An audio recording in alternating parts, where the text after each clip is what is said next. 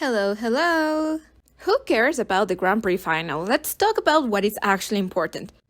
Who could have possibly won the men's event at Latvian Nationals? I'm kidding. Who are the winners and losers of the Grand Prix final? Losers?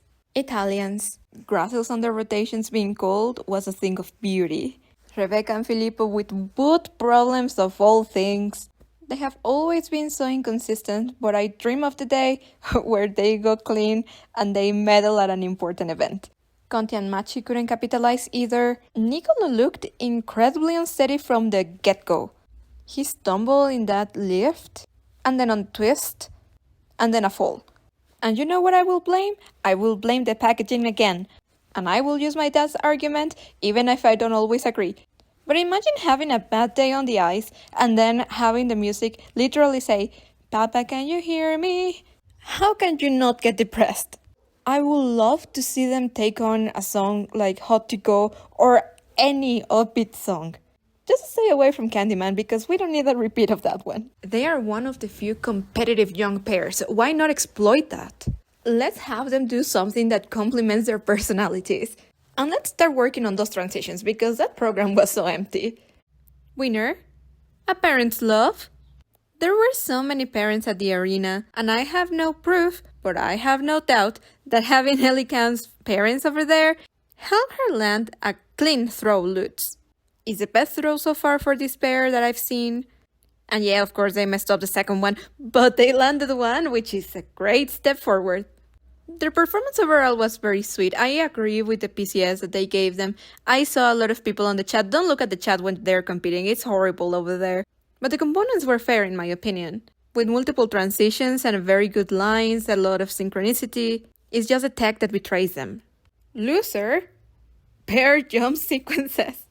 On my preview, I said that this was gonna be a messy event, and it certainly was a messy event. Not one single pair landed a good sequence. They tripped, they fell, they doubled it, or barely hanged on. I don't know what's going on with pairs this year. Maybe they are all quite injured, but this is not their season. At Worlds just some months ago, they gave us one of the best events in years. But now, they cannot skate clean. Riku Ryu gave one of the worst performances that they have had in a long time. I hope they're not competing injured, I really do. Miura has not been landing the side-by-side, and twice they have messed up their throw jumps, which are usually one of the highlights of their programs. If it's mental, they need to do something to address it. Like now. Like whom? Our winner of the day and the winner of the Grand Prix final, Amber freaking Glenn again. Imagine how good you need to be to say that a triple axel feels easier than a triple salchow. In fact, she's gone undefeated internationally this season. She didn't have a great short program. Way too many mistakes. But overall, I don't think she was very overscored. I think the Japanese are always underscoring components. But I don't know if I would have put her second after Mone. Well, I might have because Mone did not make any mistakes. But I've just discovered Mone's weaknesses. When she's nervous, she loses all the performance in her face. I know that some fans don't really care about facial expressions, but for someone like me, who has zero to no hope to ever watching it live, if you lose your face and they focus on your face, you lose us. We have little perception of your speed or your eyes coverage, and we only have your face. You cannot lose it in the middle of your program. Even worse when it's this type of music, you know? If you don't believe me, watch her performance at NHK or Cup of China, and then come back and watch the final. She starts losing it and she stops being on the beat. Last year, the same thing happened. The performance she gave at Japanese Nationals was very different to the one she gave at Four Continents at Worlds. And I attributed it to the difficult season she had had and being two important events. But this shouldn't keep happening. Winner? Sorority. After Rino fell, everyone decided to make mistakes. I don't think I had seen the women meant so hard. But you know what? They did it in solidarity. Therefore, all is forgiven. They were such cutie pies too. Loser? My heart? Going in fourth place, Kaori almost gave me a heart attack. I had not felt this nervous ever since Javier Fernandez almost lost his European title to Samarin during his last European Championships. I was sweating, my heart was beating very fast. Kaori looked very nervous. She looked unstable, especially during her flip. I called it, and I'm so sorry, but I called it. That flip is a growing pain, and I understand that the schedule was also maybe a bit of a problem because it was so late. She has nothing to prove, but I still want her at the top of that podium. The fall in her short really hindered her possibilities to win, especially because there was a very strict tech color. And this might be a bit of an unpopular opinion, but I prefer a good tag color that is very strict and calls everything, causing my favorite maybe not to even medal, than having a tech color that is not doing their job, and as a result, making undeserving people win or medal. Even worse when there's someone that I don't like medaling, you know? Anyway, I am really enjoying Chicago. I don't know about you. It's not the piano, it's not perfect, but it's really good. And it reaches the climax at the best possible moment. I wouldn't be mad if she kept it for next year. The comeback really showed the perseverance of a 3-time world champion. That will never get old. But don't put me under that stress again, alright? Loser, the tech panel, because they never call any... Wait. Never mind. Winner, the tech caller. I have never been this happy to see under rotations in a protocol.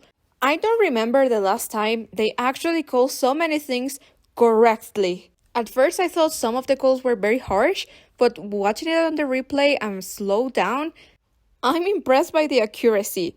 There are still some calls missing, like a clear under rotation by Ilya, or Kaori's wrong edge call because they only gave her a warning.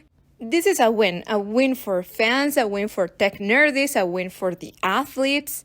When Yuma failed his quadruple salto in the short, I was so resigned to see Ilya annihilate the competition.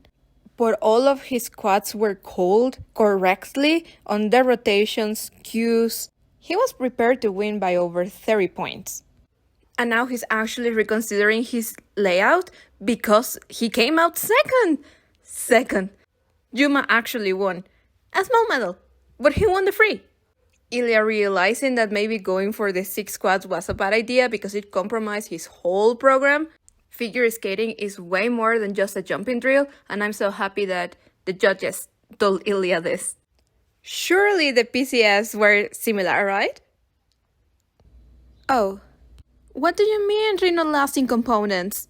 Did we watch the same programs? It's a sick game the judges are playing. As if the Japanese woman shouldn't be in high 8s, 9s in skating skills.